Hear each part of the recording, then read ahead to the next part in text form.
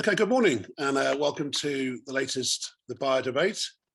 This morning we're heading off to southern Italy, the boots of Italy, to a region that lots of people will know very well from travelling, the whole Campania area and around Naples, and of course down to the Amalfi Coast and the beautiful coastline and the wonderful landscapes that there are in Campania.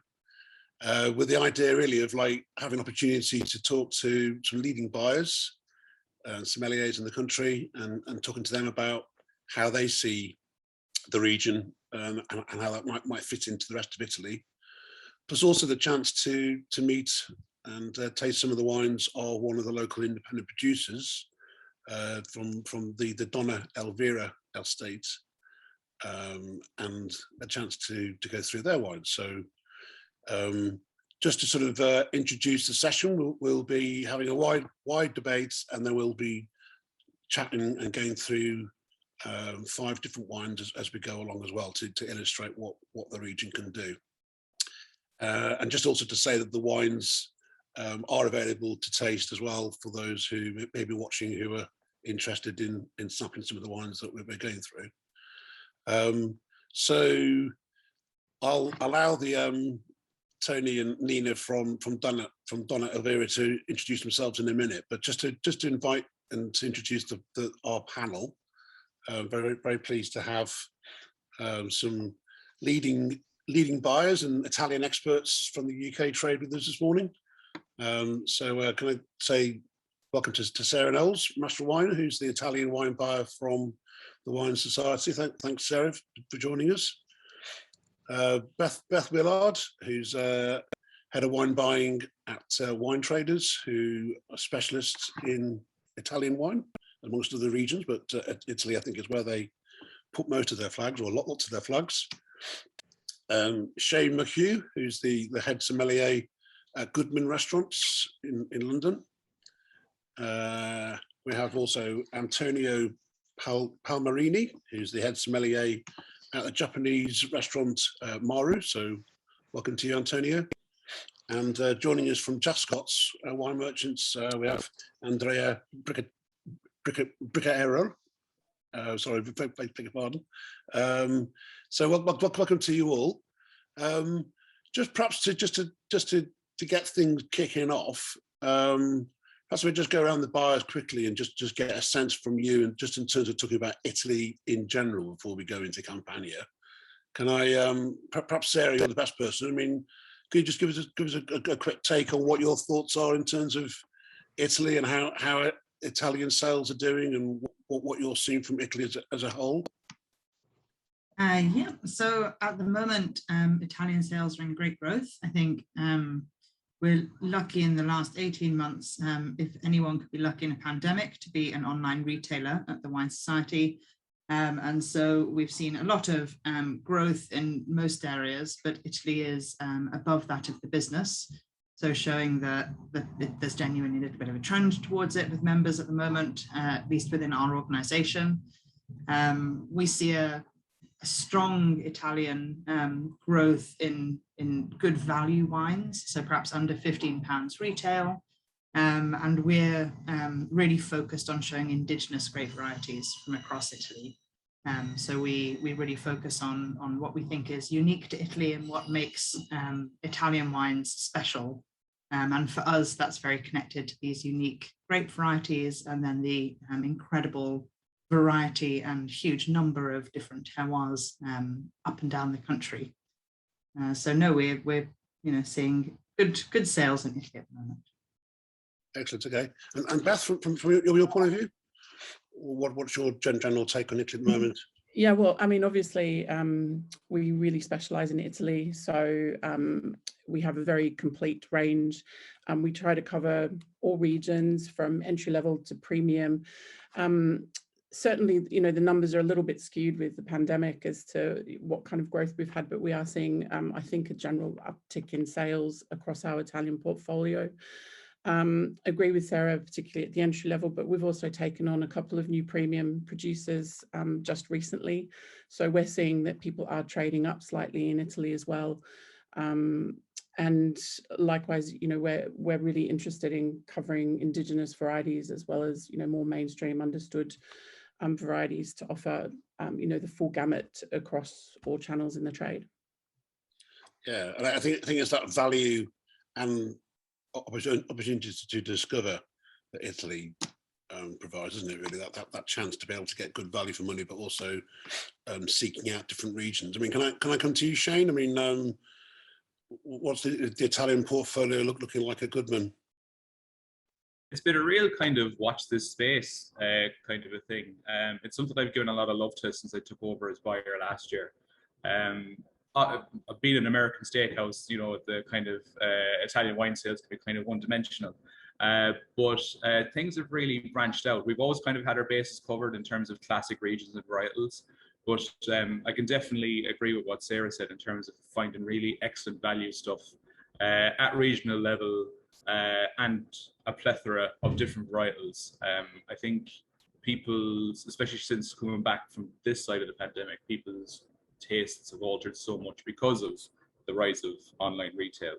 And they're just looking for something new and different. And I just kind of thought, if people are putting that much care into doing a specified list for Burgundy, where it's all different styles on one varietal, then why can't we expand on something like Italy that has a plethora of varietals and styles at price points that will give great value for the guest? Excellent. Yeah, and Andrea, what are you seeing at Jascott's? Yeah, all positive. I mean, Italy's always been very successful overall. My only concern is obviously the reds are still driving, I would say, sales all over Italy, from Tuscany to Piedmont and everything. The white, I think there's still scope for discovery.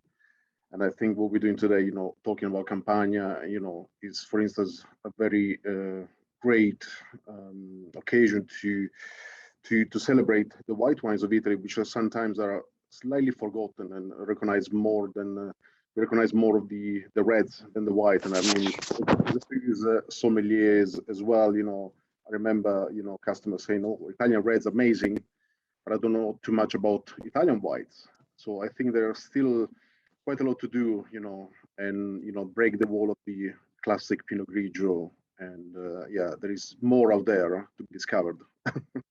Yeah, well, I think some of the white wines that we're tasting this morning, I guess, sort of fit quite nicely into that kind of like still a sense of discovery, but also becoming a little bit more well known as well, which we'll go into in more detail.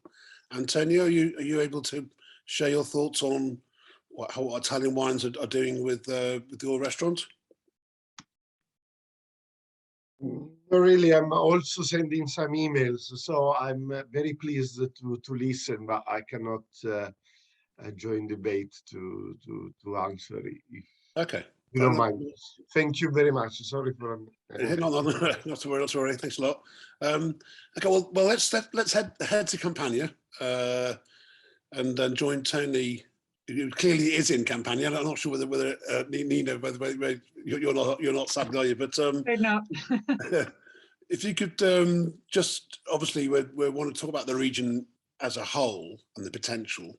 But perhaps Tony, if you could just perhaps introduce your own estate and your family background, and just give the panel some insights into what Donna Elvira is all about.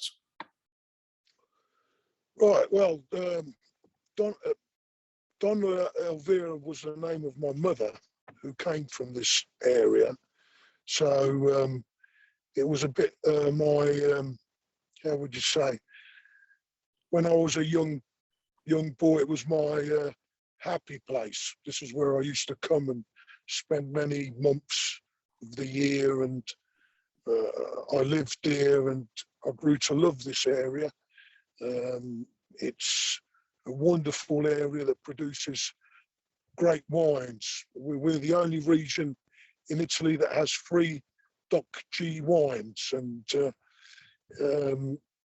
I've always believed that it's an undiscovered area.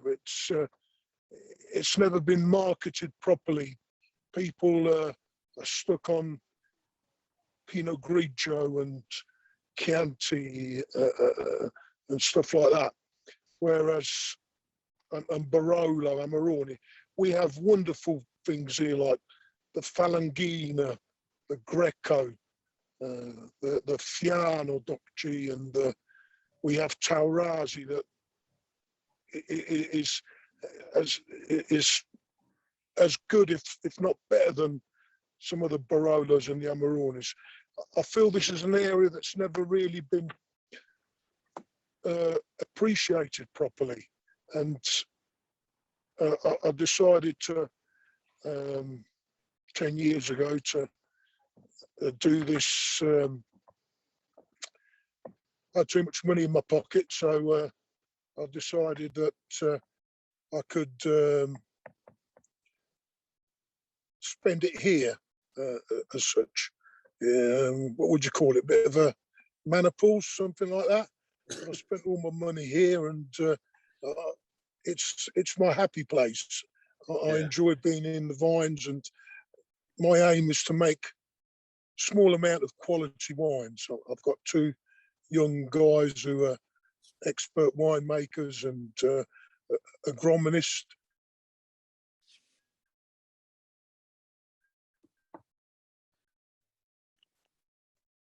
I think you may have frozen there, Tony. You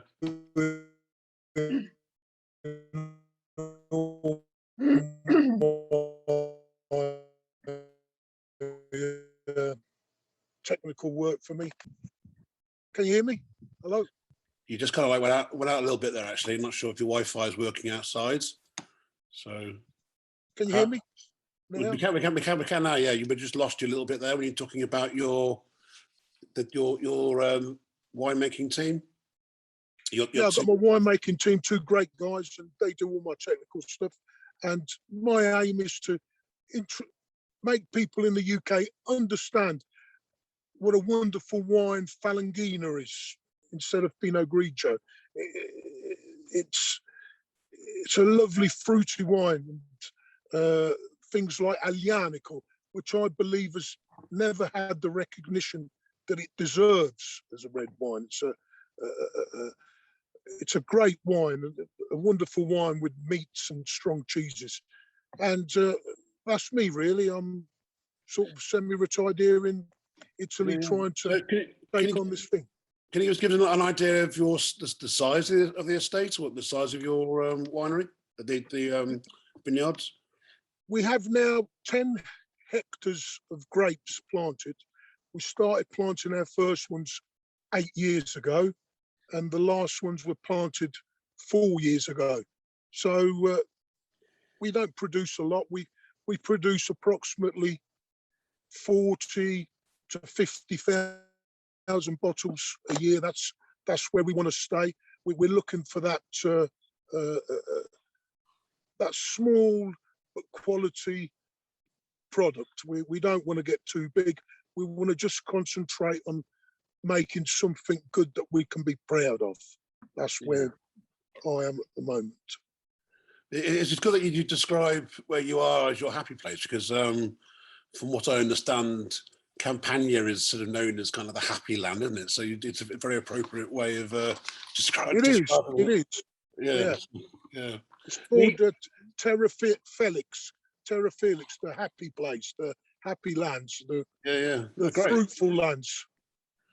Good man. And so, Nina, could you want to perhaps add a little bit more to that in terms of what your understanding of in terms of the estate and where it is in its development? Sure thing. Hi everybody.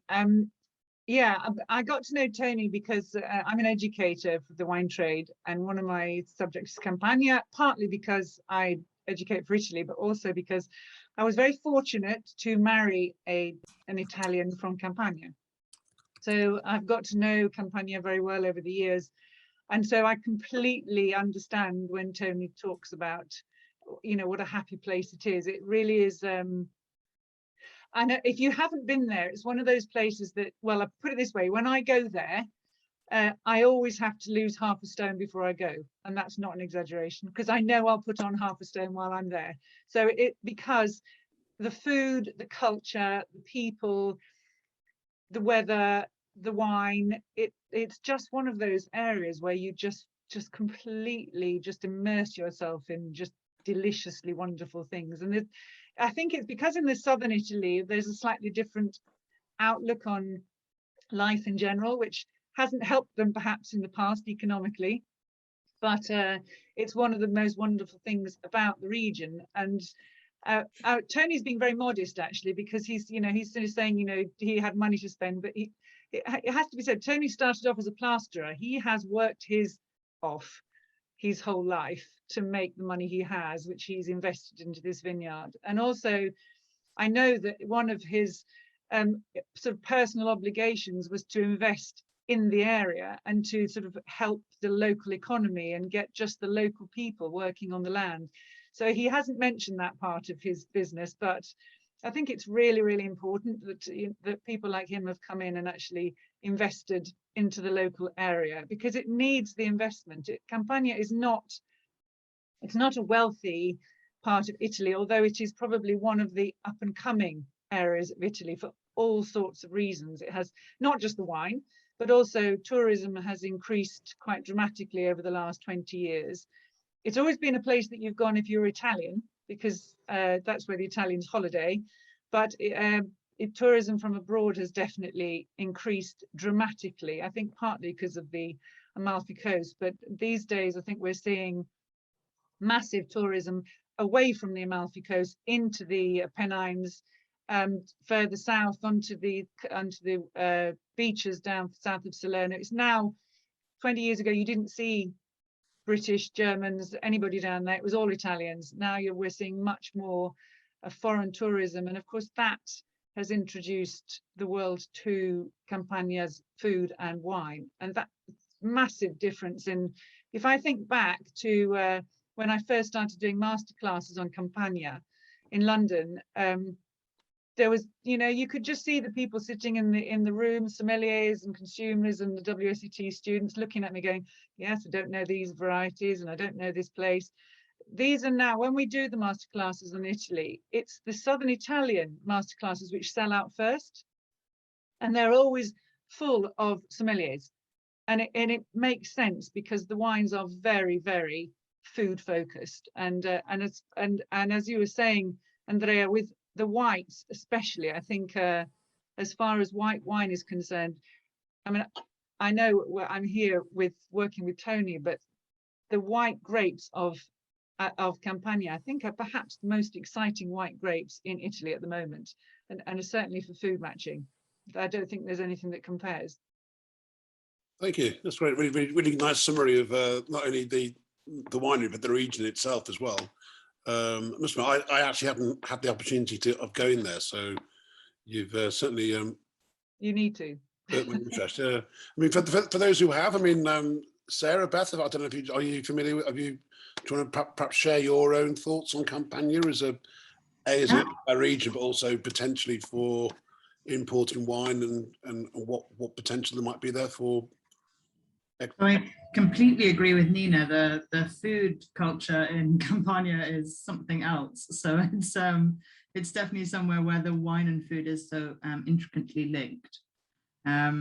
Visiting a few times, it's also an area that does need investment. I think there are some wonderful vines that need a little bit of love and care and tenderness, and perhaps some wineries that just need a little bit of additional investment.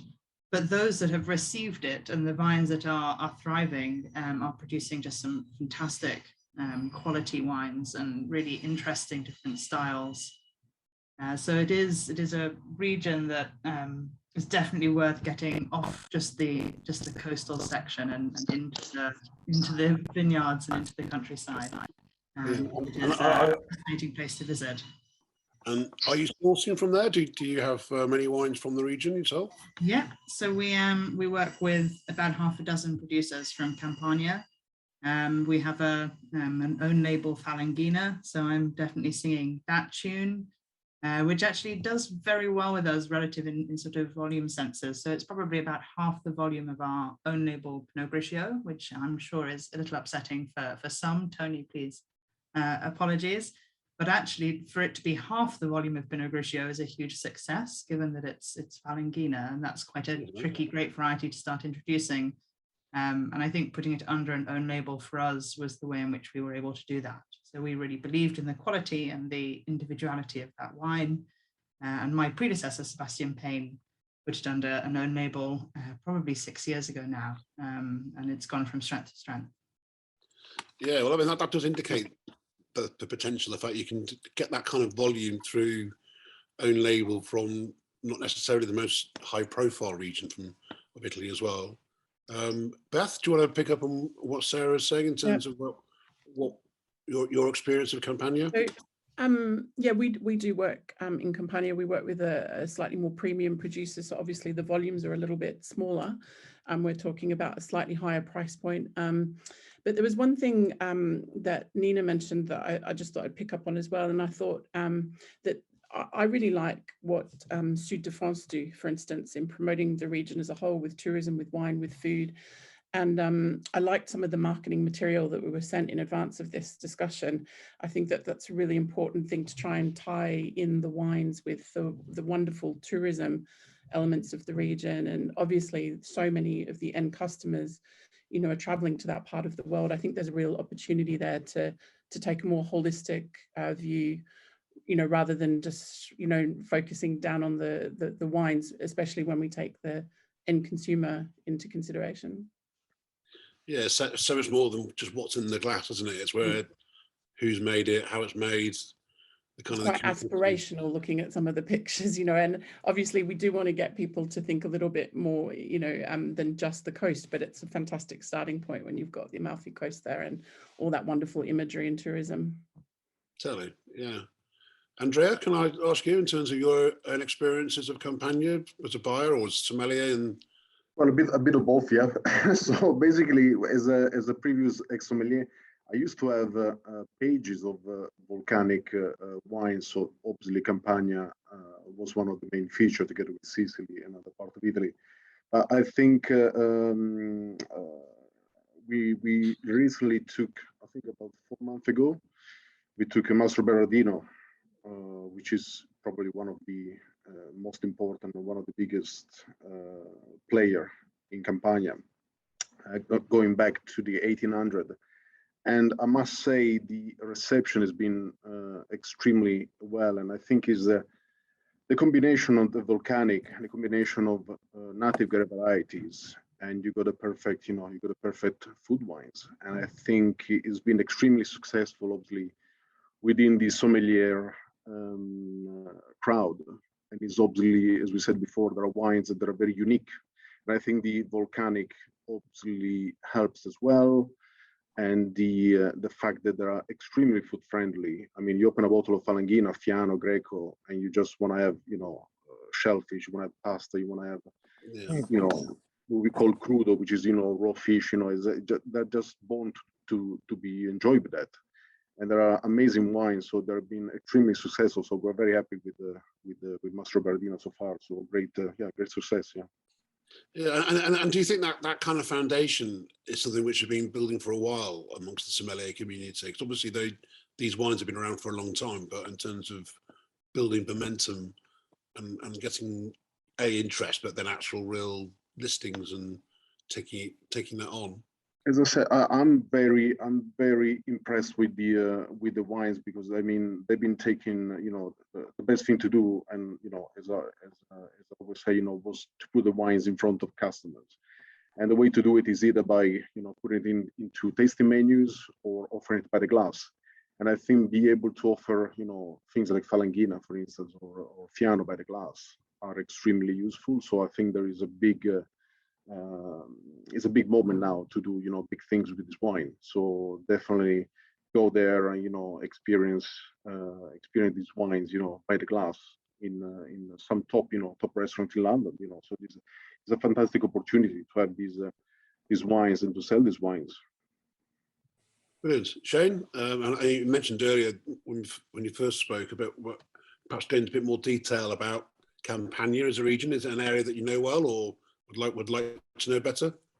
It's one of those that's kind of come up time and time again. I've worked in many facets of restaurants, and from casual to fine dining. And I first came across it while working with an all-Italian sommelier team, lucky me. And that's what the first time it came up. And it's just one of those things that kept coming up over and over again. I was working in a restaurant then where we were changing tasting menus once a week, and like white wines, from pretty much wines in general from Campania, I was using pretty much every week, because it's just such like we've all kind of uttered, it's a phenomenal tool to have in your back pocket when you're kind of trying to get a food and wine pairing together before the first guest walks through at 12 o'clock. So it's a really handy thing. And kind of in terms of the restaurants here, in terms of branching out the list Italy-wise for Campania, we just did some initial listings from Fiori di San Gregorio. Their whites and reds, which we've started off with, and the response has been phenomenal. So it's kind of a thing really where we've just kind of said, maybe we should take it to the next level and see where it goes. Good. Okay. Well, shall we? We've talked about the wine. Shall we perhaps have a taste and have a look at the couple of the wines that you've been sent? Nina, do you want to visit the Falanghina that we're going to look at first? I think. Yeah, absolutely. If we want to start with the Falanghina, like we've been talking about it, I think it's, as Sarah was saying, it's Sarah, I've got quite a lot of your Falanghina in my cupboard.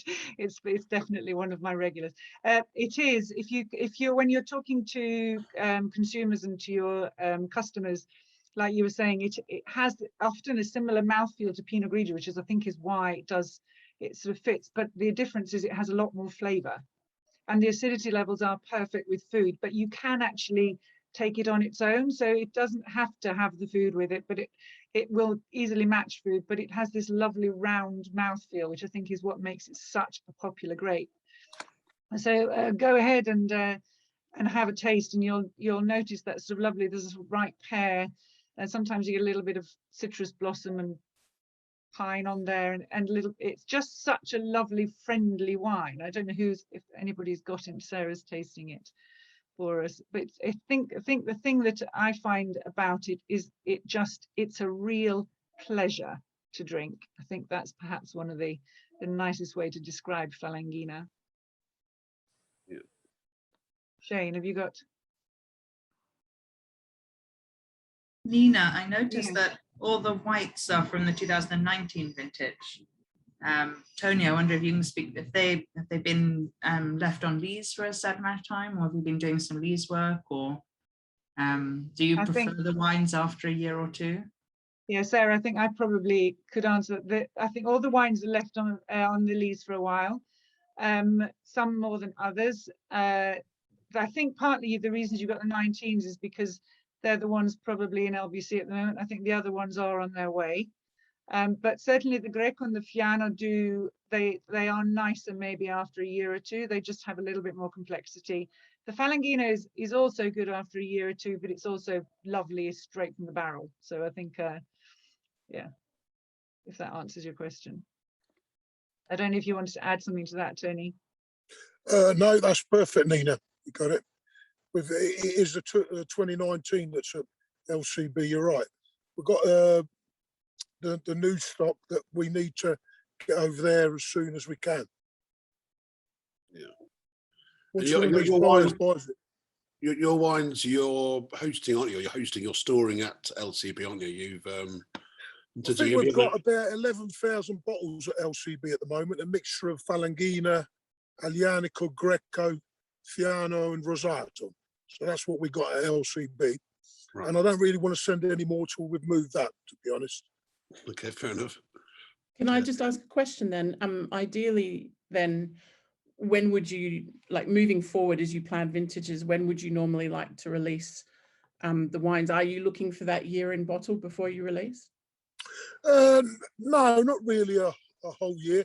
I would say after they've been in stainless steel vats for anything up to a year, then after 3 months, they're ready to go, really. So I've been told by the winemaker, after 3 months, they're ready to go. But so we last year's crop, we've just bottled it now, So this would be ready to be released anytime in the next 2 or 3 months, just before Christmas. And obviously we're doing our pickings now for next year's. Yeah, I think Beth, Tony's absolutely right. I think the Falangina especially is very happy being sort of drunk in, you know, within a year of production. So it has 5 months on the lees and then an extra period in bottle and then for release. But both the Greco and the Fiano actually do, you know, they do take on some complexity with that another year in bottle or even 2. It was sort of the reason I was Yeah. asking was I'm not tasting now. I tasted yesterday because I knew I had to change location for today. But I actually quite liked the richness of the wines, and I thought at the price point that they were pitched, it sort of added a little bit to the proposition. I liked the style, but I was wondering if that was sort of intentional or it was just, you know, selling through some vintage stock that was sort of hanging around here. No, I think that's also it's the way the winemaker's making the wine, but also the terroir that Donna Elvira have. They're very fortunate to have the soils which match very well with those particular grape varieties and locations that they're just perfect for the ripeness of these grapes. So I think they're just very good examples of the grapes where they are grown, actually, which is where that richness is coming from. If you go where the vineyards are and you go a little bit sort of further down the slopes and into some of the other villages, you'll find they won't have quite the same richness. So it is partly winemaking and partly position. Yeah. We're at 400 meters here, and it's the sweet zone for these grapes. It's no go because what happens if they have to be treated? We keep the treatments of the grapes to a really bare minimal, and the winemaker and the agronomist, they are, what's the word? They're obsessed with micro cultivation and doing it at the very best time and getting the best they can. They're obsessed with no preserve, no pesticides and stuff like that in the land, and that's a good thing. And I think it shows through with the wine because you get. I know people like Master Belladino and Greco and Fieldi are making very good wine, but really they're more industries producing hundreds and hundreds of thousands. We're just trying to create something a little bit more special than them, if I dare say. That's the hope. We believe that we're creating something a little bit above them because obviously they're large industries, they're huge. And at the bottom of my vineyards, Fieldi's got his vineyards and they're about 150 meters below me here, and he's producing Falangina down there. But we believe at this height you get cold nights and very hot days, and it shows through in the wine. That's what we think anyway. Very good. Daniel, nice to have you on board, sir. I don't know if you've had a chance to listen to any of the conversation so far, but you just can I perhaps introduce yourself and welcome to the panel, and just perhaps kick off with any thoughts you may have just on Campania as a region. Is that an area that you're doing well with Museum Wines? You need to unmute yourself, Chief. There you go. I'm on. Yeah, sorry, Richard, for the tardy arrival. A few fires out this morning, but that's all done, and I'm ready to drink some delicious wine to centre myself. But just to introduce myself, my name's Daniel Grigg. I'm the managing director of Museum Wines. We're a specialist importer distributor based in Dorset, supplying the trade on and off e-commerce and retail to the general public. Our speciality is South Africa, but Italy is a personal passion of mine after South Africa. And to be honest, I've been into Italian wine for longer than I've been into South African wine. If you were to look at my personal reserves with Lay and Wheeler, most of it is Italian. However, Campania is actually unrepresented within our range at the moment. I love Fiano.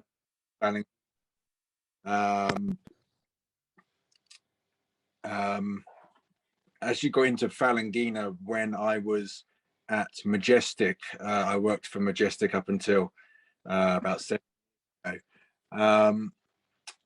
Unfortunately, whenever I've asked a trade supplier for a good Falangina, I'm often told we don't have one. So that's why I was very interested to try these wines, as they are wines that I have a personal enthusiasm for.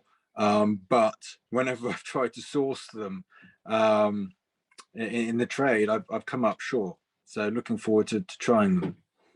Good. All right. Okay. Well, we've literally just started off with the Falangina. So I don't know if you've got that to hand there. You perhaps have a start.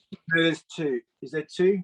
And there's one Falangina. So I'll get the Falangina open. Yeah. So we just had a go with that. But Shane, any thoughts on the Falangina as you were tasting through there?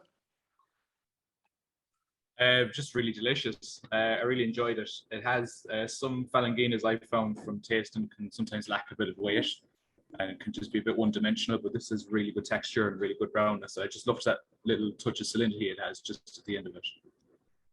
Yeah.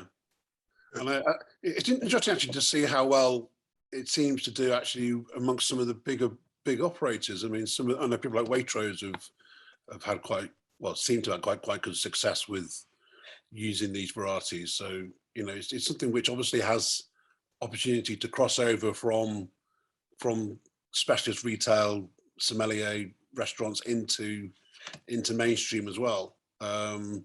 Should we, whilst we're looking at should we look at the Greco as well? Do you want to perhaps, whilst you're tasting that, Daniel, we'll have a look at the Greco as well.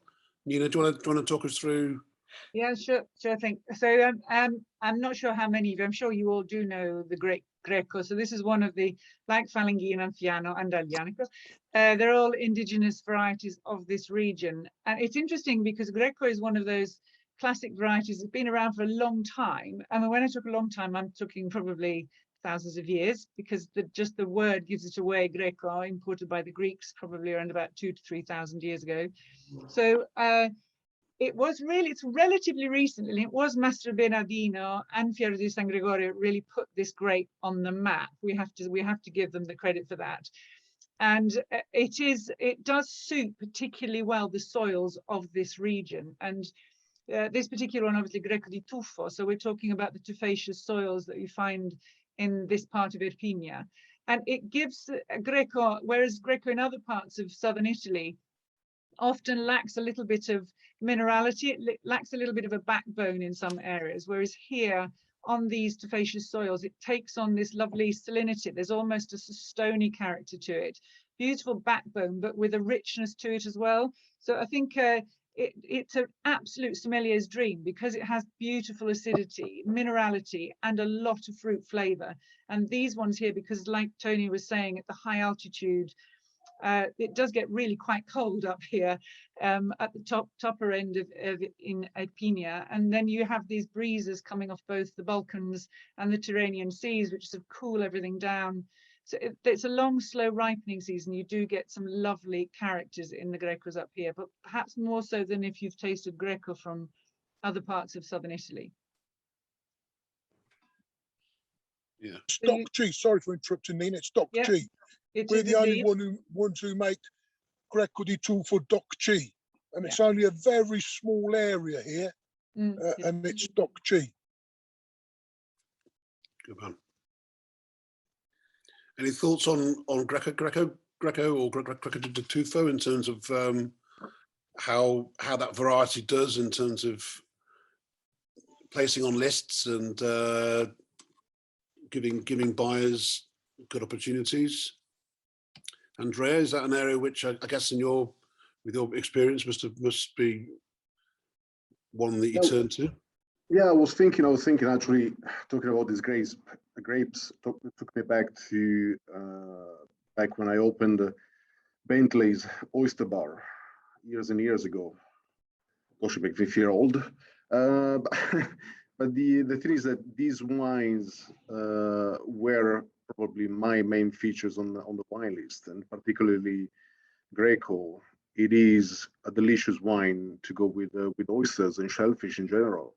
So I think these wines are meant to be on any wine list. It doesn't matter if you have shellfish or not, but obviously there are wines that there are got fantastic salinity, beautiful acidity and intensity. Something that you're not gonna find. The only wines I can relate to when it comes to Greco is Greek wines. That's fair enough. My kind of similarities within the wine, but there's nothing else like these in Italy. You can go to Alto Adige, you can go to Puglia, wherever you want, from the top to the bottom, but they're very unique to this area. So we as we said, the combination, as Nina was saying, the soil and the grape variety create this perfect, cocktail, making these wines so particular, so unique to the region. And as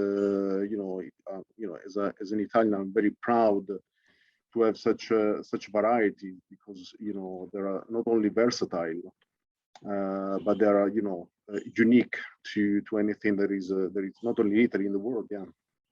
Yeah, and do you think people know that Greco is from Campania? I mean, does it actually matter? I don't know, but I mean, it's such a mainstay on clearly on Italian restaurant lists, but whether or not you might be very familiar with a region for other varieties, whether or not consumers know, or if it's. I think Greco is probably the most well-known variety.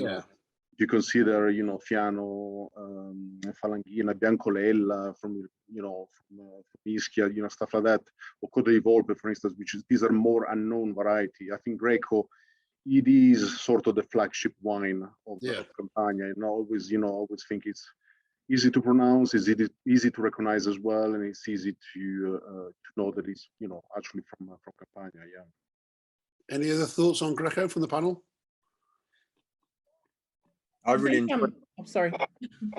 The noticed two of the other panel members mentioned salinity before I actually got to the Falanghina. Actually, it was mentioned on both wines. Salinity is something that a wine will always have me at its mercy if I detect any salinity on it whatsoever.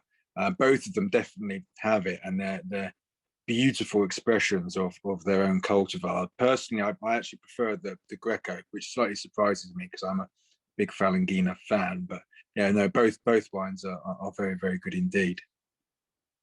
And Beth, you wanted to say? Yeah, I was just going to say, I think, obviously Greco di Tufo is a little bit more widely known, maybe compared to the other grapes, but we're still talking about grapes which are slightly more niche, a little bit lesser known, amongst wider, amongst, a broad section of consumers. But I think what's great about these wines and why people like them and would keep going back to them once they've tried is that even though they're quite niche and quirky as grapes, the actual profile of the wines are very consumer friendly, very approachable, really fruity, fresh, salty, all the things that everybody said. And I think sometimes when we're looking at indigenous varieties in the trade, we get really excited about weird and wonderful things, but they're a little bit hard to approach. Whereas I think these wines of Campania are just, super friendly and really easy for consumers to understand. Yeah, I'm just for me. I always think Greco is that kind of classic Italian grape variety where it's like for me it's like a main course variety. If you're out having a meal with your partner and so do we have red wine, do you have white wine? I often sort of say, well, Greco is great because it almost goes so well with so many different dishes. Sarah, have you any thoughts in terms of what you look at when you're looking to buy a Greco? Yeah, I think for me, Greco often has slightly more intensity on the mid palate, which I think this does. So showing a little bit more of that fruit to balance out the salinity that we've spoken to. I think I agree. I think the our members more generally perhaps really enjoy a wine that has that balance. So between the fruit and the salinity and the minerality that we might see. I think there are sometimes more perfumed wines, but here it's mostly about that mid-palate intensity, which I think probably speaks to your idea, Richard, of being able to pair it with a lot of foods. Yeah. So it's sort of, it's not something that really smacks you in the face like a Sauvignon, and perhaps can sometimes be difficult to pair with foods, but actually it makes it very food friendly. Yeah, very versatile. You just have to imagine you've got a small plate of alici fritti or fried anchovies with a glass of grape. Perfection. I've done it many times. We should really be doing this nice calamari. panel in person. Yes. Nice grilled calamari. Failed nice miserably. calamari. Or Tony, we should be doing it down in your vineyard. The food hamper never arrived, guys. I know. I think that is still in the works though. So don't give up. Any other thoughts, Shane? Any thoughts on the Greco? No, great. Exactly what I'm looking for. And the great thing about Greco for me is it sits in a part of our wine lists where we have people, because a lot of our starters are shellfish based. So people generally tend to go towards the more classic styles, and then they'll see something along sitting a kind of above or below a Chablis, and they'll go, I don't know what that is. And I'll always go for that because it's good to branch out, and you're going to get the same pleasure at the end of the day. Yeah. And can I ask, in terms of the price points for these wines? I mean, where can you, Nina? Could you just give an indication on what? I can. Are we looking at XLers or LBC or in bond? What people would prefer? I'm not sure. So I'll give you an XLers price, and that'll give you an idea, and then I can give you a delivery delivered from LCB. Sorry, LBC, LCB. So the Falangina XLers is just under £6. The Rosato is the same. The Greco di Tufo is £6.65. The Fiano and the Aglianico £6.65 XLers. Right. And from duty paid delivered from LCB, Falangina is just under 10, so 9.97. The same for the Rosato, Greco di Tufo 10.65, and the Fiano and Lianico all 10.65. That helps. Yeah, good. And the idea is to have the wines actually in the country, if because obviously you haven't got an actual distributor. Yeah, I suppose if you have some people who are kind of there with a truck, they can pick them up XLers. I don't know how many of you have that. So if we just look at the Fiano then, whilst we're with the white wine hats on, do you want to perhaps talk us through the Fiano? Yeah, sure. So Fiano is a great variety for those of you who aren't particularly aware of it. I think it's perhaps one of the, when people taste them, it's one of those that gives the most impression. It has a lovely, sometimes slightly waxy mouthfeel, but it has a very lovely sweetness of fruit on the nose and on the palate. But it also always has, especially from up here in Avellino, so the Fiano di Avellino is quite different from Fianos which are grown either close to the coast or further down in Puglia, etc. It has an acidity, which is again coming from the soils of the tufaceous soils, volcanic soils around Avellino. It gives that lovely acidity, which balances that beautiful waxy character that you often get in a Fiano di Avellino. And you get this beautiful sort of sweet pear, pineapple, sometimes a little peachy on the palate. So it depends on how old it is, but it's a real pleasure drinker. Because it has so much fruit character on the nose and on the palate, it can take some foods which are a little bit stronger as well, and foods with perhaps with a sauce, that kind of thing. If foods that have been cooked in an oven with olive oil and tomatoes, it can take some pretty hefty flavors, food flavors with it. So it's a perfect food wine. In fact, I'm getting hungry talking about it. Yeah. And it's so sorry to interrupt again, Nina. Yeah. Sorry, Richard. Again, our Fiano is the only Fiano in Italy that's Doc G, because they make it all over Italy flying in Fiano, don't they? They make it in Sicily, they make it in Argentina, they make it, but the Campania Avellino Fiano is the only Doc G Fiano. It's supposed to be the best Doc G that you can obtain because of the soil. Sorry for just putting that in. No, absolutely, Tony, you were bang on right. Fiano di Avellino, DOCG. Yeah. Okay. DOCG, no one else has got it because it's the appellation is perfect for this soil, this volcanic soil that luckily came. We got it here when the Vesuvius exploded. The wind was blowing this way, so that's our luck.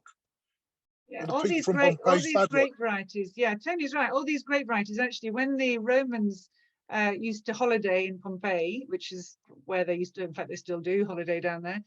These were the grapes that were grown, and the wines which were drunk were the Falanghina, Fiano, and Greco. These were the white grapes that were drunk then by the Romans, and one of the reasons it was known as the Happy Land. So even back then, the grapes were recognized. I think Fiano, in particular, interestingly, talking technically for a minute, is one of those wines which is done particularly well with modern winemaking. It can be quite tricky in the cellar if you're not careful with fermentation temperatures and keeping the oxygen off it for a while after everything is finished. It can be a little tricky, but modern winemaking has helped enormously with that, actually. And so the quality of the Fiano di Avellino is, I think, quite different to how it perhaps was 30, 40, 50 years ago. Yeah.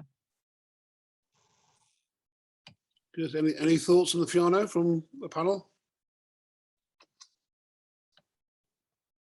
I'm gonna say the Fiano for me is the more is the variety that to me that relate more to Riesling. So I think is the one that has got probably the biggest aging potential in terms of aging. I think the Fiano is the one that can age longer and can develop more tertiary and notes. So it's a great great wine for if somebody wants to put it on the side and forget it for a few years. And do you think that the fact that Fiano is a bit more widespread in terms of where it's made, do you think that kind of helps its profile, or does Campania need to do more to sort of like stamp even more of its uniqueness to it? I'm not sure, because I always think Fiano Sicily, that may just be because of my own experience, but I don't know. Is any thoughts on terms of how Fiano can really be associated completely with Campania? I think that does pose a little bit of a problem, because you can get much cheaper Fiano, and here we're talking about something that's quite different at a different price point. So maybe getting people to understand that this is a different quality, it's more premium wine. That I think that in some ways is probably more challenging than perhaps the other varieties, which are a little bit more associated with that region. Yeah, I think you're right, Beth. I don't know, Sarah, you've come across this, but I think Campania, the consortium of Campania would really do with a little bit of work on this. I think to get the message out there that the quality of these DOCG wines are quite different from the same varieties grown in other areas, because they really are quite different. And I think there could probably be a little bit more work, at the trade fairs, etc., for Campania, for the consortia to do that. I think Definitely, yeah. But so can I just add, Fiano and Greco, I mean, Italians are used to not paying a lot of money for wine because there's a lot of wine here. But Fiano and Greco and these sort of wines, they don't mind paying a little bit extra if they know it's from Campania. Right. So they'll pay more for these. The locals who don't like paying a lot of money for wine, if you know what I mean. Yeah, that's very true. If you're in Campania, if you're there on holiday and you're sitting with locals, they are very happy to pay big money for their Greco di Tufo and their Fiano di Avellino. Yeah. Yeah, so Sarah, what have you got a thought at all there in terms of Campania, just in terms of its Yeah. uniqueness, the DOCG aspect to it, and how it might be able to sort of? No, I think there's definitely a further educational piece that needs to be done to really clearly link the DOCGs from Campania with these white grape varieties, and to try and really anchor these grape varieties in the region itself. I think it is very tricky because there's good Fiano made across southern Italy, as well as inexpensive Fiano made across southern Italy, and so it is a great variety that people are trying other examples of. Yeah, it's you know, it's not a different problem to a lot of more widely planted grape varieties across the world. So I think really we're still talking about quite a niche grape variety in a reasonably small region. But there is something about trying to work out how we elevate the quality level here. And the DOCG definitely helps, but I think there could be more work done. Yeah, and for your members then, I mean, for you, is it through telling the story of the region and making people aware of where it comes from and all the different layers that then gives, as opposed to necessarily getting too technical about the DOCG aspect? I don't know. Absolutely. So I think for us, it would be about really talking to the wine itself, and so to the producer, to the story, to the winemaker, to why we see it as having a higher value than another wine of that same grape variety from perhaps another region. But we would want to talk to its sort of flexibility. So actually one of the good things about this grape is that there could be a stepping stone into it. People like to try an inexpensive variety or an inexpensive wine of a new variety first to explore, and then are happy to work their way up, as long as those wines above it genuinely offer the same level of value at a higher price point. And I think that's where we've got some sort of convincing to do, because of course this wine is a lovely wine I've just tasted, but it again, it has that subtlety and it has that intensity, and it's very much a foodie wine. I think we can get, we could talk for hours about it, but it's not a kind of hit you over the head and tell you that it's a fantastic, it's not going to be heavily oaked or highly aromatic or very, very intense in that style. So there is some work. So I think the subtler wines need more explanation. Yeah, Daniel, can I come to you? Your impressions on the white wines that you've tasted and where they? All very impressive. I think that the Greco and the Fiano are on a par for me, and obviously both very food friendly, both very versatile. Falangina, those two are just edging it for me. But I very, very much think that there's definitely a place for this sort of wine within a range like ours. I mean, in the 6 years so our head office is above our retail shop, and in the 6 years I've been here, I've never had a customer come into the shop and ask for Campania, Falangina, Fiano, or Greco. However, that doesn't matter, because most of the time when people ask for something, they leave with something completely different. Because we only have one Marlborough Sauvignon and we keep it in a barn out of sight, because we buy our South African Sauvignon. So if you come in and ask for Marlborough, and that's very much, I mean, that's almost what Campania wants to do, is to get Fiano and Falangina and Greco associated with Campania in the same way that Sauvignon has been with Marlborough. So if someone looks at a wine list and they see it's from somewhere else, they don't want it, because that's the issue we've always had with getting South African Sauvignons listed, is that people only want it from Marlborough. But I mean, in terms of our retail proposition, we've just listed Lugana, which is Trebbiano, of course. But I mean, our cheapest wine that we buy for wholesale is Trebbiano as well, which we sell to pubs and restaurants as a house wine, mostly because most people have never heard of Trebbiano and they're not sure how to pronounce it. So hopefully they won't order it and they'll order something further down the list. But even though in public perception, I'd say Trebbiano might be better known as a cheaper wine, we've had no hesitation or pushback from people buying a £23 Lugana, which is great, because and everyone who's bought it has come back and bought more, which is obviously exactly the sort of thing we're hoping to achieve with Donna Elvira, and place people like ourselves who have a captive audience as a customer base who will buy what we tell them without too much argument. Would love these wines, because looking at them as a sort of probably £19.99 range, I think they're great. Yeah, and I think, as you say, it's that reassurance that when they go home and have it with whatever dish they're cooking that evening, that they're going to sit quite nicely with it. It's as that kind of like, it's sort of customer friendly, retail friendly, as well as being food friendly. No one's going to push that glass away. Yeah, no matter what your preferences for white wine are, I think it is definitely crowd pleasing. Yeah. Jane, a final thought from you on the whites, just in terms of where you think that might sit, even within a kind of steak restaurant like yourselves?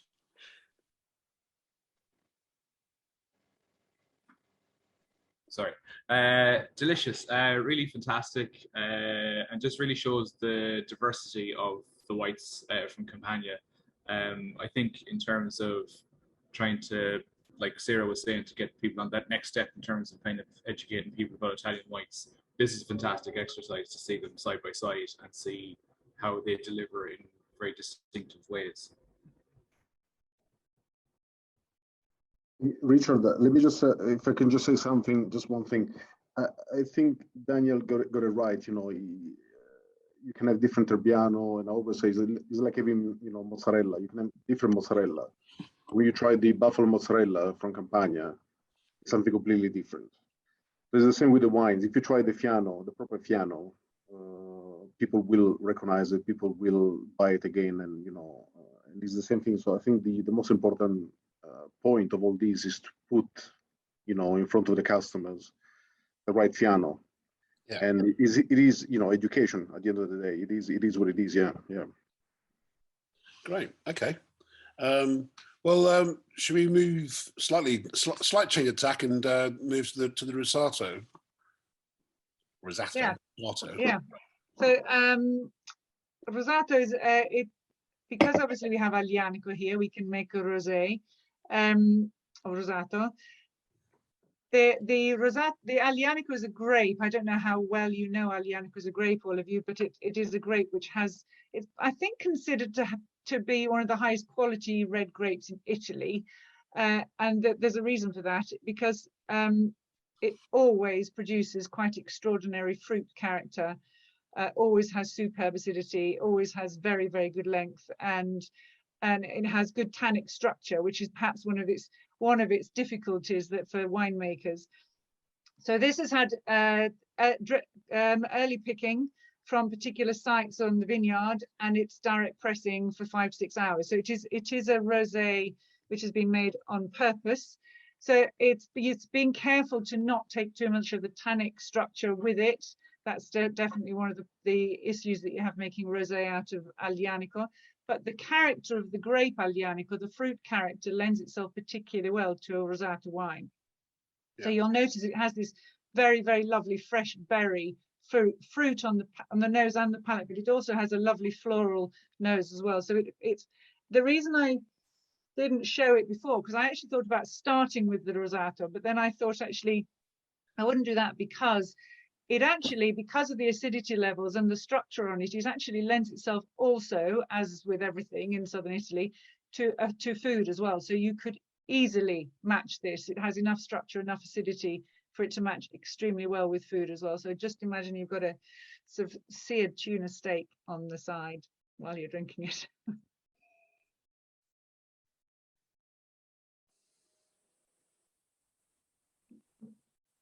Beth, you said you had a chance to taste these yesterday. What was your? I did, and actually this was the glass that I ended up having with dinner.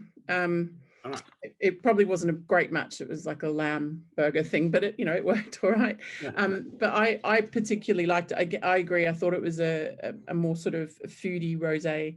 I like the color. I think it's on trend, but at the same time, it doesn't lack anything in concentration that the Aglianico brings. And I really like that combination of the acidity, so it's super fresh and lively, but still with a good sense of where it comes from. Yeah. Yeah, I think I've had the color. I actually haven't. The wines were censored to the wrong address, so I'm actually looking forlornly at the wines, but yeah, the color that really seems to like shine through from what's coming across. Yeah, just to those of you who haven't got it, there you go. Daniel, thoughts on this? You got a chance to taste? I have, absolutely. Yeah, I was expecting it to be dark, given the dark bottle. Personally, I would put it in a clear bottle for retail to have it on the shelves. I think people would be confused because we have a rosé section, so I think having that dark bottle in the middle of all the clear bottled rosés would look slightly odd and might put people off and give them the impression it's going to be a dark coloured rosé, which are impossible to sell. We once had a rosé which was made from Lévre Barton Sagné Cabernet, and it was delicious and drier than most Provence rosés, but we could not sell it for love nor money because of the colour, because it was a darker red. But this beautiful colour. It's not gone so far as to be bordering on white, so that onion skin pink, but the wine is fantastic, and the suggestion of a seared tuna steak has got me very excited indeed, because I think it's the thing where I really look for is finding a rosé that can be paired with food. It's not just an aperitif, because a great number of Provence offerings will just disappear into nothingness as soon as you put anything with any flavor anywhere near them. So something like this, we've got a Bordeaux rosé at the moment, which is pale and does that very well. But this would be fab. I think it could pair with almost anything. Yeah, really good wine. Really enjoying it. Any other thoughts on the rosé from people? I mean, are rosés, Tony, Nina, are rosés from the region a main seller, or are they seen as a nice to have, or what's the sort of the opportunity for rosé there? I think this was the winemaker, and they wanted to make this rosé. It's not really a common thing in Campania, rosé wines, although it's becoming more popular. They felt it was about time that we showed people that we could make a nice rosé with the Aglianico, which is such a flexible grape. The Aglianico that produces the Taurasi DOC-G. This was one of their ideas, and it's still work in progress. Personally, it's my wife's favourite wine. It's called K Sarah.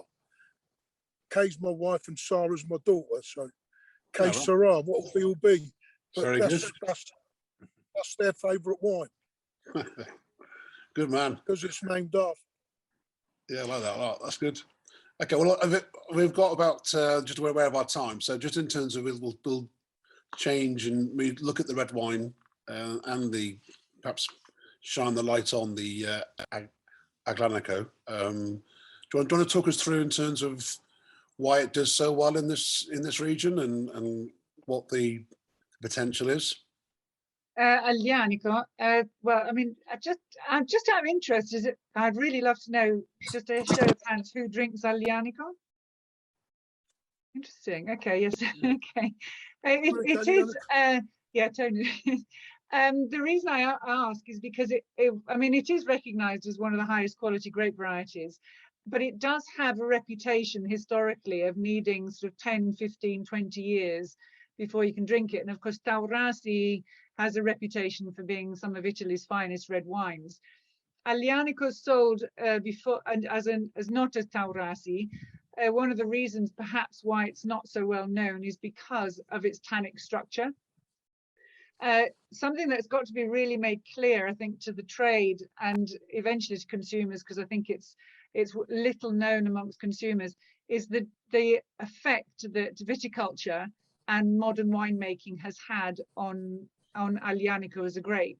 So just going from the way that Aglianico used to be grown in the vineyards and the different ways that we're actually using it in the vineyard, green harvesting, protecting the grapes from ripening too quickly, allowing the tannins to actually ripen in the grape before picking. I think this is actually one of those classic, learning from thousands of years, but this is modern winemaking that has had this effect. And then once it's in the winery, the way the grape is treated in the winery is now quite different to perhaps how it was 20 years ago, when the bunches would have all been thrown in, crushed, etc. They're now, a lot of them just destemmed, very, very careful winemaking, a little bit more micro-oxygenation in places, sometimes whole bunches at the bottom of the tank.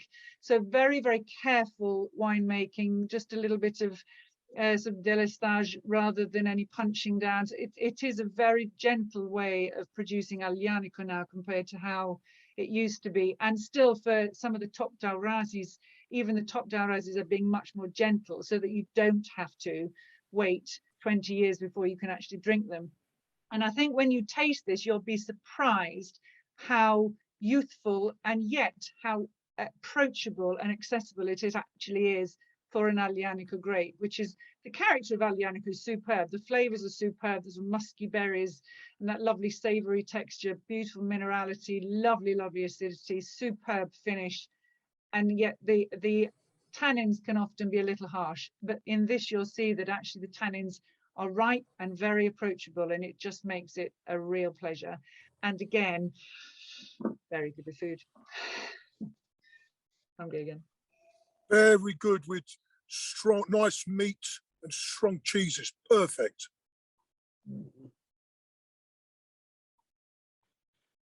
And you mentioned the winemaking there. Is that because I know you do quite a lot with sustainability on the vineyards? Does this where this really can help in terms of the kind of softening the style and making sure it's good for the planet, but also good for what's in the glass? Yeah, Tony probably answered that one better. Please. Go for it, Tony. No, you speak, Nina. You know more than you better than me. Okay. Okay, I'll pass you on. In this region, traditionally, there was a lot of vineyards which were planted in a pergola style. So that would have been completely shading the grapes. And so that they wouldn't ripen perhaps as much as they do now. There's much more Guyot training now. The cane pruning, etc.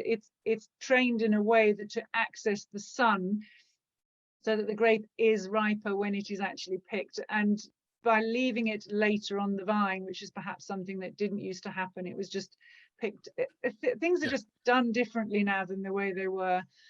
De-leafing sort of round about now, there's probably de-leafing now, and green harvesting now as well. As quite a lot of green harvesting in Donna Elvira to just get that higher quality of fruit. But I think one of the important factors is getting that phenolic ripeness and getting that tannic ripeness before they're picking. Unfortunately, in Campania, especially up here in Avellino, the sun stays on those vines well into mid to late October. Okay. So it can be done, yeah.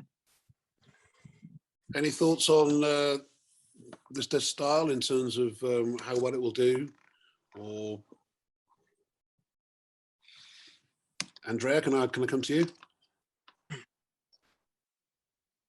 Yeah, what I was thinking, I mean, I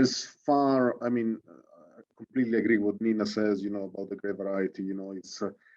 It has been, some grape varieties have been stigmatized. I remember saying, no, Aglianico is the bubble of the South and stuff like that, and things that change over the years. And I can think of Sagrantino being much more tannic than Aglianico, for instance.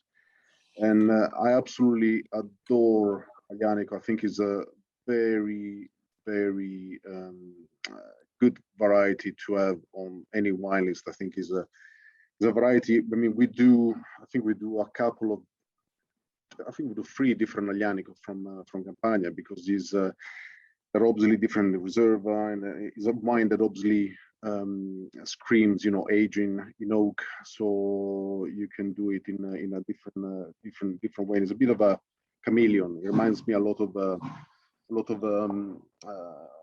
definitely of Nebbiolo. So he actually scream, bottle aging. So that's ideal for that. And I think is a great variety to have with succulent food. Imagine anything like lamb chops or any stews, or as we said, very strong cheeses, or cattle beef and so on. So I think is an answer to an alternative to Bordeaux, or to the a Cabernet Sauvignon from the New World. And I think these rustic, rusticity, the tannins as well, make it much more pleasurable and much more ideal to much food. Excellent, thank you.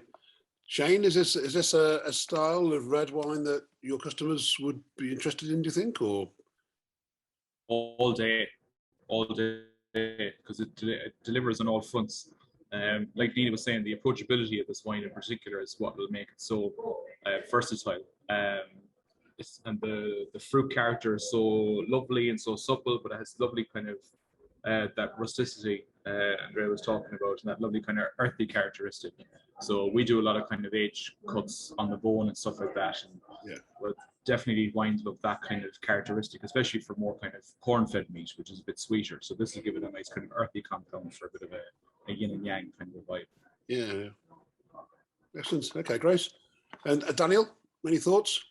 Yeah, it's so to give you some context of my experience of Aglianico, I worked out that I drink probably, or taste at least, 1,200 different wines a year, average of 100 different wines a month.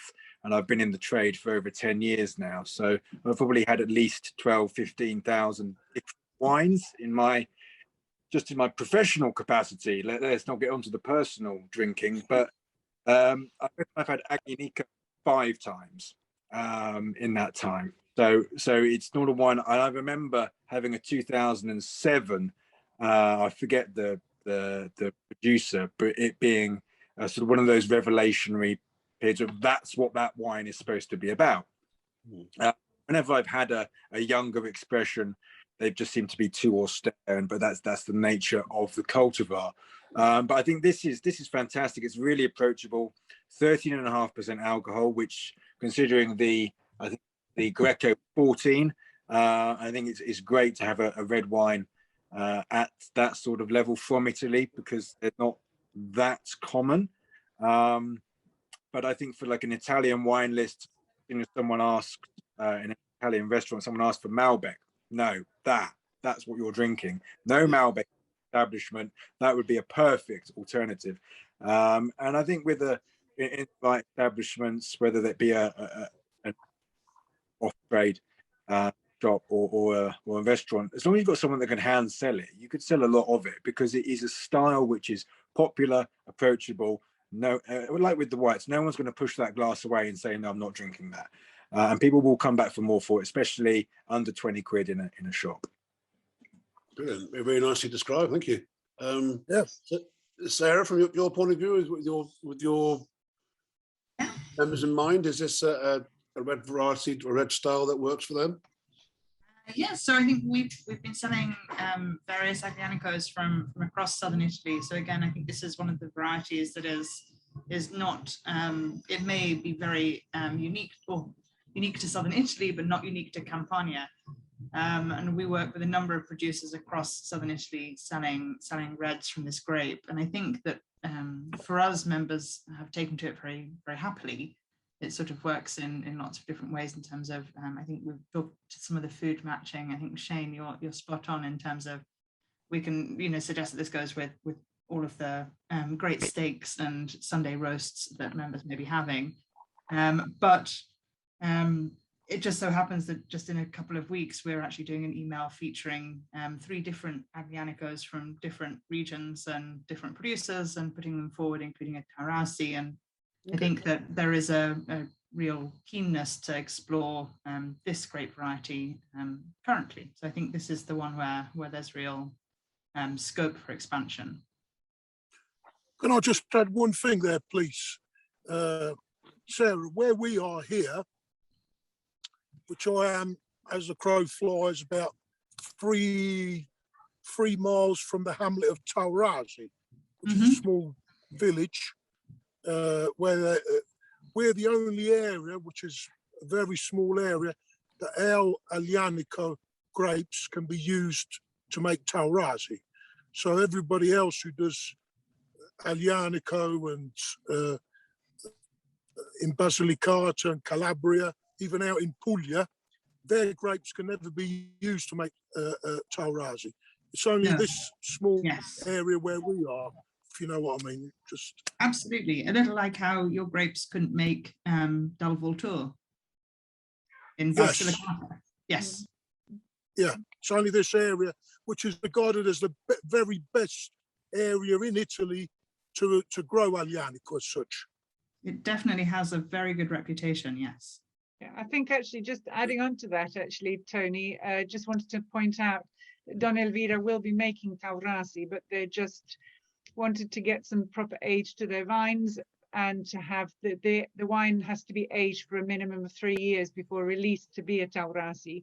So that's why at this point in the winery's work is they're just releasing as an Aglianico DOC, but they will be in the future producing a Taurasi as well as the Aglianico. So I just wanted to put that in there as well, and hopefully at some point a Riserva. But so that's we'll have our first Taurasi ready next year, Nina. Okay, fantastic. Which is the grapes that would have been picked 4 years ago. I lost you for a second, Tony. Actually, just while Tony's broken up, I just another little thing about Aglianico as a grape. I'm not sure if everybody's aware of it, but Aglianico has various clones, and so the clones which you find in Basilicata and that you find in Taurasi are actually quite different. So they have quite different characteristics and different tannic structures, different flavors. So they do differ throughout southern Italy. It is a beautiful grape wherever it's grown, however. Not dissimilar, Nina, to the difference in the Sangiovese clones. Absolutely, So absolutely. It's lovely to be able to see different areas showing different individualities. Yeah, Sarah, I was in a winery in Campania a few years ago when it was an experimental winery, and they had all the different clones of Aglianico growing, and so they had the different clones in each of their barrels, and it was wonderful to taste them all next to each other. Amazing. Yeah. Ah. And Beth, sorry, I didn't get your thoughts on. That's all right. I will have to duck out in a couple of minutes. Yeah, no, exactly. I'm just aware of the time as well. Yeah. But no, I mean, I agree with everything that's already been said about the wine style. But I just thought I'd take a quick opportunity just to mention something else, if I may. I really like the packaging. I don't think we've sort of raised. I know we've been really focused on the wine and the region. But I think that the packaging itself differentiates these wines really nicely, and having different bottle shapes, I think, is more important, as customers are trying to differentiate between different styles and price points. So I just wanted to make a point about that. I thought the labels and the bottle shapes were really eye-catching. Great, and I appreciate we're going to bring it to close in a minute anyway, but just your final thought from you, Beth, in terms of just based on today's discussion, obviously tasting the wines, but obviously your wider experience. Where do you see the opportunity for Campania in the main, and what do you think the region as a whole kind of needs to do to sort of grasp that potential? I think there's a word that's been mentioned quite a few times in relation to some of the wines and the style. I think it's approachability, that, we're talking about serious wines with real pedigree and great terroir, but, they're really approachable and I think quite easy for the consumers to understand. And I think I go back to one of the points I made earlier, that linking it to the region as a whole, you know, particularly so many people going there on holiday, I think, you know, linking with the food, it's a much more holistic approach. I think, you know, I think education within the trade is really important, but there's probably a consumer piece as well to get people on board to understand the different grape varieties. And, you know, I'm sure once they've got the glass in their hand, it's an easy sell. Yeah. Well, great. Well, thanks for your time, and particularly if you've got to brush away. But yeah, do you mind? I'm really sorry. Yeah, no, that's great. Go for it. It's okay. Okay. Thank you, everybody. Thank you very much for the wines. Yeah. Okay. And just finally, that same question to everybody else on the panel. Just based on what we've discussed this morning, where Campania really needs to sort of put his hat to really kind of grasp its biggest potential. Andrea, do you want to perhaps have a go with that one? Right. Yeah, I mean, you know, as I said, we've got huge potential in the region. You know, from very steely, minerally, citrusy, salty whites, more robust, savory, earthy reds. So I think we cover everything, you know, in terms of quality and styles. And I think it's time to ditch the Pinot Grigios and just put in front of a customer a nice glass of Greco and Fiano. I think that's the only way to do it, and it is the way I used to do it. You know, just almost force people with a bottle in and a glass in and say, "Try this, try it." One glass at a time.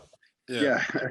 And I think once people try them and taste them and see how good they are, I mean, as we said, you know, the Aglianico, I think Daniel was saying, you know, it's impossible not to like. You know, it's whatever you want from a red wine. It's got body, it's got structure, it's got tannins, it's got depth, it's got intensity.